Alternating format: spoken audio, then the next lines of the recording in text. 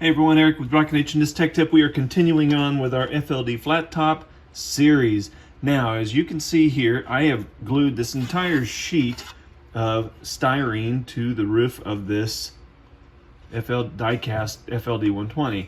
And this is after I've done all the other steps, see the other videos. And all I'm going to do here is, now, you can use plastic like I have, you can use brass, whatever you're comfortable using. I use plastic because it's easy to use. The thickness really is irrelevant. This is something a little thicker that I have on hand and I like it. So after you get this glued on, as soon as it's all glued in, glued true, whatever, you can come in here with other types of adhesives, put it on the inside to ensure it never comes off. After this is cleaned up like this, after it's glued, I just take my scissor here and I just trim away the excess.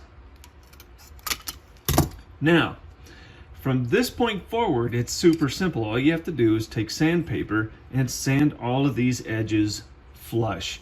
You can come in here with something flat on like a file and clean them up. You can get something curved, come in here and clean this up. Just sanding it all down. If you don't like it, take it off and start over. It's that simple, guys. It's not rocket science. And you will get good results.